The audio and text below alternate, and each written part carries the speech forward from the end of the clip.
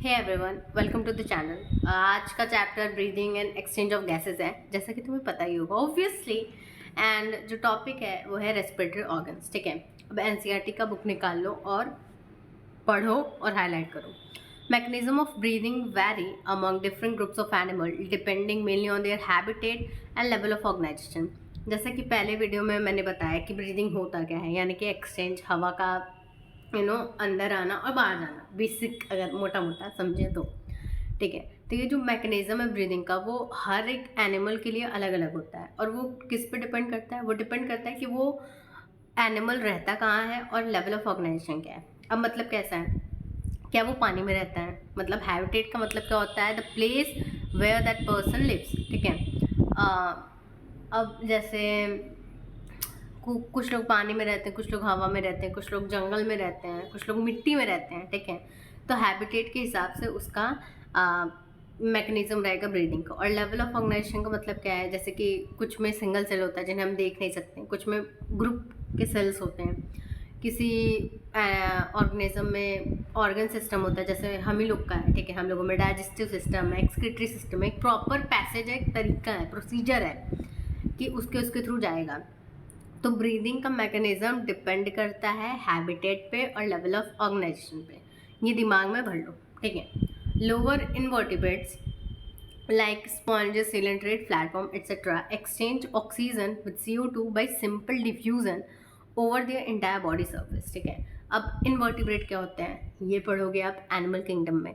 Invertebrate का मतलब होता है कि जिनमें वर्टिब्रल कॉलम नहीं होती, रीढ़ की हड्डी नहीं होती भाई।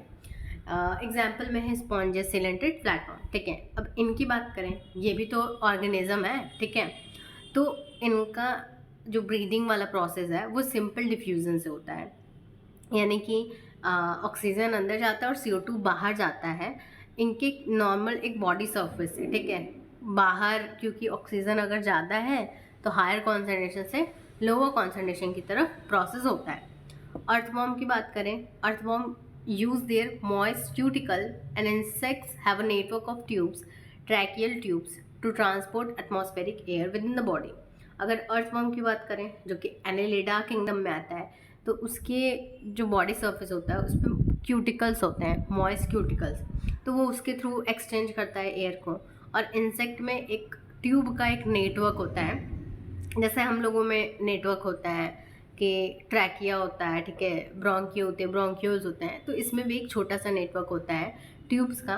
और उसके थ्रू ये जो बाहर का एयर है, एटमॉस्फेरिक एयर, उसे हमारे बॉडी में ले आता है और जो हमारे बॉडी का जो डीऑक्सीजनेटेड एयर है उसे बाहर फेंकता है। Special vascularise structures called gills, wait, हाँ, तो जो स्पेशल वेस्कुलराइज स्ट्रक्चर होते हैं जिनका नाम होता है गिल्स, वो एक्वेटिक ऑर्थ्रोपोड्स के जरिए यूज़ किए जाते हैं और जो मॉलस्क होते हैं। ठीक है, गिल्स बेसिकली क्या होता है? गिल्स जैसे हमारे में लंग्स होता है वैसे ही आप गिल्स समझ सकते हो। ठीक है, और ये एक्वेटिक ऑर्थ्रोपोड्स और मॉलस्क में ये सिस्टम होता है। जबकि वेस्कुलराइज बैग्स जिन्हें लंग्स कहा जाता है, ये टेरेस्ट्रियल फॉर्म्स के जो एनिमल्स होते हैं या जो ऑर्गेनिज्म होते हैं उनके थ्रू यूज़ किया जाता है। अब एक इम्पॉर्टेंट चीज़ ये है कि अगर क्यूटिकल के ज़रिए ब्रीदिंग या रेस्पिरेशन हो रहा है तो उसे क्यूटेनियस रेस्पिरेशन कहते हैं। ठीक है, और अगर गिल्स के थ्रू हो रहा है तो उसे ब्रैंकियल रेस्पिरेशन कहते हैं। और अगर लंग्स के थ्रू हो रहा है तो उसे पल्मोनरी रेस्पिरेशन कहते हैं। इंपॉर्टेंट पॉइंट्स हैं ये। अमंग वर्टिब्रेट, वर्टिब्रेट यानी कि जिनमें वर्टिब्रल कॉलम होता है, जैसे कि आपका एम्फीबियन है, फिशेस हैं, ठीक है, बर्ड्स हैं। तो वर्टिब्रेट में अगर बात करें तो फिशेस जो होती हैं, मछलियाँ, यूज़ गिल्स। ठीक है, गिल्स यूज़ करते हैं। जो एम्फीबियंस हैं, रेप्टाइल्स हैं, बर्ड्स हैं, मैमल्स हैं, वो लंग्स के थ्रू रेस्पायर करते हैं। एम्फीबियन जैसे कि एग्जांपल में फ्रॉग ले लो, रेप्टाइल एग्जांपल में आप लिजर्ड ले सकते हो, छिपकली यार। बर्ड्स तो आपको पता ही है, कौवा ले लो। एंड मैमल्स में हम बंदरों को ले लो और हम ह्यूमंस को ले लो। ठीक है, एम्फीबियंस लाइक फ्रॉग। अब यहाँ पे एक इम्पॉर्टेंट पॉइंट है। ठीक है, एम्फीबियन जैसे कि फ्रॉग। फ्रॉग एक अजीब सा अनोखा सा है, ठीक है।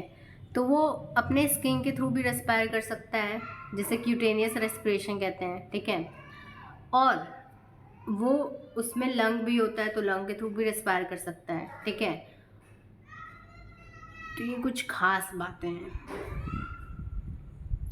फ्रॉग के बारे में, ठीक है। Bye bye.